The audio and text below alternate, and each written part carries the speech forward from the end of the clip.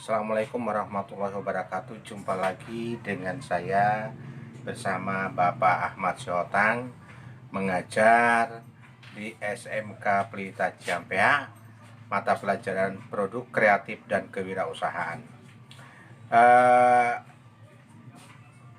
Bapak mengajar di kelas 11 BDP dan di kelas 11 Tata Boga.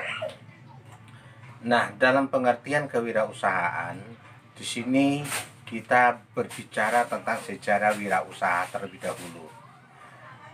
Wirausaha itu terdiri dari dua suku kata, yaitu wira dan usaha. Kata-kata wira sebenarnya itu berasal dari bahasa Sanskerta, yaitu wira. Mungkin kamu pernah nonton namanya Wiro Sableng. Wiro. Jadi berbagai macam kata-kata wiro ya, itu dalam bahasa Sanskerta. Wira itu sawiro, wira dalam bahasa Indonesia berarti seorang pahlawan, seorang pejuang, seorang patriot, seorang yang berdikari, seorang yang pantang menyerah, seorang yang selalu ingin maju. Itu pengertian dari wira atau wiro dalam bahasa Jawa. Nah, kalau usaha berarti adalah upaya untuk mendapatkan hasil dari sebuah pekerjaan yang dilakukan. Berarti orang yang selalu berupaya, berjuang, melakukan upaya mendapatkan suatu tujuan yang ingin diharapkan. Itulah usaha. Nah, sekarang kalau kata-kata wirausaha itu dari dulu beberapa negara seperti di Amerika, di Prancis juga. Di Prancis itu tahun 1700-an, yaitu 1776, yaitu Bigrip yang pertama sekali yang menyampaikan waktu di Prancis, yaitu dalam bahasa wirausaha itu ada entrepreneur, entrepreneur dalam bahasa Prancis, yaitu dalam bukunya Kamus Dagang. Sejarahnya pertama sekali yaitu dalam usaha dagang. Jadi sejarah itu mulai timbul sejak seseorang mulai berangkat ke pasar membeli kebutuhan hidupnya sehari-hari. Setelah pulang dari pasar, dia membawa belanjaan dari pasar. Setengah jalan dari pasar ke rumahnya, ada orang yang ingin membeli produk yang dia beli tadi, kebutuhan sehari-hari di pasar tadi. Nah, di situ dia bingung berapa yang harus dia jual. Nah, disitulah mulai namanya timbul namanya berwirausaha dari entrepreneurs, yaitu dalam bahasa Perancisnya. Sama juga di Amerika Serikat juga, yang pertama sekali disampaikan oleh Richard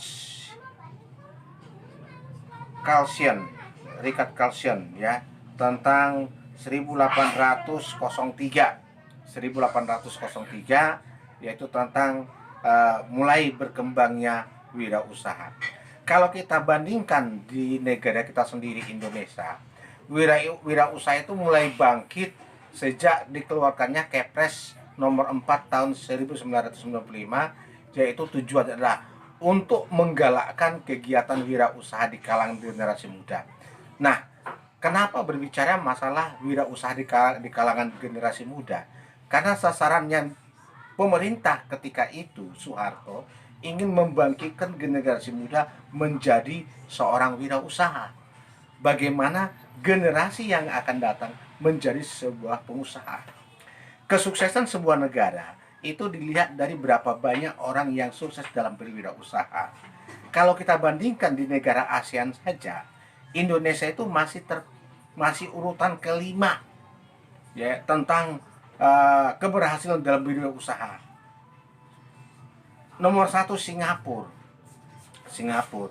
ya, di Malaysia dan banyak produk. Indonesia urutan kelima. Ini sungguh sangat jauh sekali. Sedangkan penduduknya banyak. Nah, disinilah kita kesuksesan sebuah negara dilihat dari banyaknya berwirausaha. Bidang-bidang wirausaha sangat banyak sekali.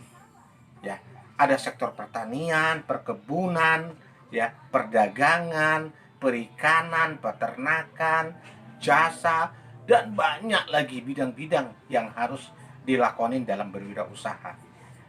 Terbuka peluang untuk dalam berwirausaha. Nah, untuk itu terutama kelas 11 BDP, Anda sebagai bisnis daring dan pemasaran, Anda lebih kreatif dalam berbisnis, seorang ujung tombaknya dalam marketing. Kesuksesan sebuah perusahaan atau usaha dilihat dari kemampuan dalam memasarkan produknya. Nah, disinilah Anda bisa berkolaborasi dengan beberapa produsen-produsen, Anda sebagai marketingnya. Nah ini. Nah, dan di sini juga Bapak akan memberikan pengajaran juga kepada Tata Boga. Tata Boga ini adalah produk jasa yang bisa masak, mendesain masakan kue, membuat kue-kue yang kreatif, ya kue-kue yang model yang sekarang cukup banyak sekali. Nah, Anda boleh berkolaborasi dengan BDP, bisnis daring dan pemasaran. Pemasaran sekarang di tengah COVID-19, Anda bisa melakukan penjualan online. Nah ini sangat penting sekali untuk mendapatkan income yang lebih banyak. Apalagi sekarang orang malas keluar, malas belanja ke sana, macet segala macam. Cukup dengan bisnis daring saja, penjualan online. Nah ini, semua orang sekarang sudah dimanjakan, produsen memanjakan konsumennya agar bisa memenuhi kebutuhan para customer-customernya. Nah untuk itu dalam biro saya ini keberhasilan, kesuksesan dilihat dari kemauan. Ya, semakin giat seseorang berusaha, semakin berani seseorang berusaha, semakin dia bisa sukses. Kenapa? Di masa-masa sekarang banyak orang berpikir bagaimana untuk menghasilkan, bagaimana untuk mendapatkan uang, ya, dengan berbisnis.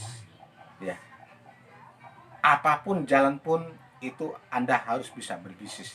Bisnis itu seni, seni dalam menjual, seni dalam berkomunikasi juga, seni dalam berinteraksi juga.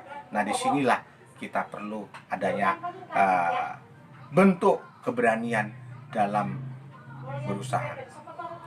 Keberhasilan itu kembali kepada diri sendiri, suksesnya kembali diri sendiri. Apakah Anda mau atau tidak? Sehingga Allah sudah mengatakan dalam apanya, manjadah majadah, siapa yang bersungguh-sungguh akan mendapatkan hasil yang sungguh-sungguh. Kalau orang tidak berusaha dengan sungguh-sungguh, bagaimana bisa mendapatkan hasil yang sungguh-sungguh? Nah disinilah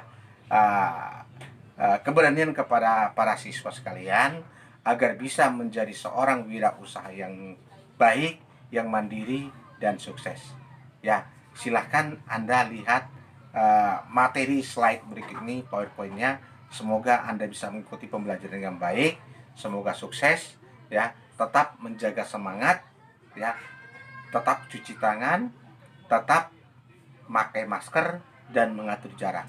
Silakan Anda lihat materi slide tentang produk kreatif dan kewirausahaan dalam KD1 ini. Anda mempelajari tentang karakteristik, karakter, jiwa, tabiat, kebiasaan, bagaimana Anda bisa sukses. Terima kasih. Assalamualaikum warahmatullahi wabarakatuh.